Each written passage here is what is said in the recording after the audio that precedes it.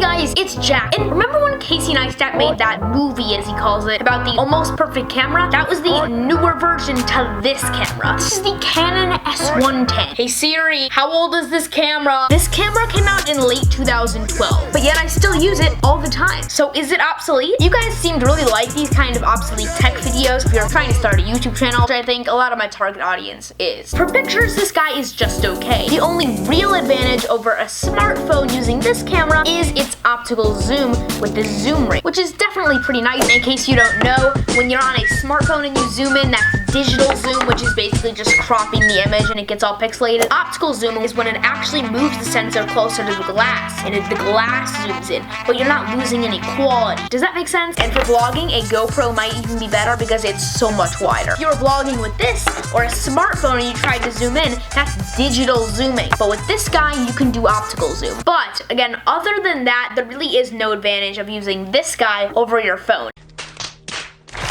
And I'm sure tons of people are wondering how this compares to the Canon G7X or G7X Mark II, for example. And yes, it does not have a flip-out screen, but I found that that's actually pretty helpful.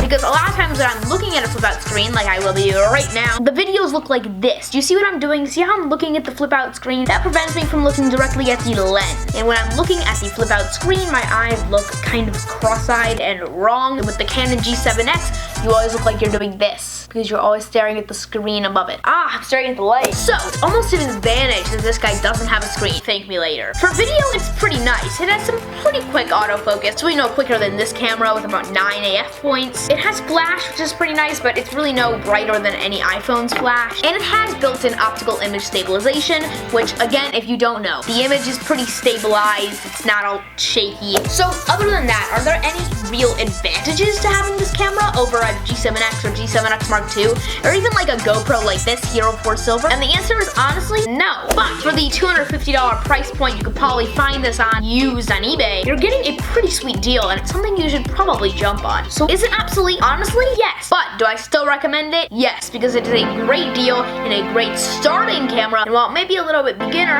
I still use this camera all the time, and sometimes the quality is even comparable to something like this, the Canon Rebel T5i, my current DSLR. Alright guys, so that's pretty much it for this video. In conclusion, this guy is obsolete, but I still think it's a great deal, and I still think it's something you should use, and you shouldn't turn it down just because of that flip-out screen. Alright guys, I'm Jack. Happy New Year. Peace.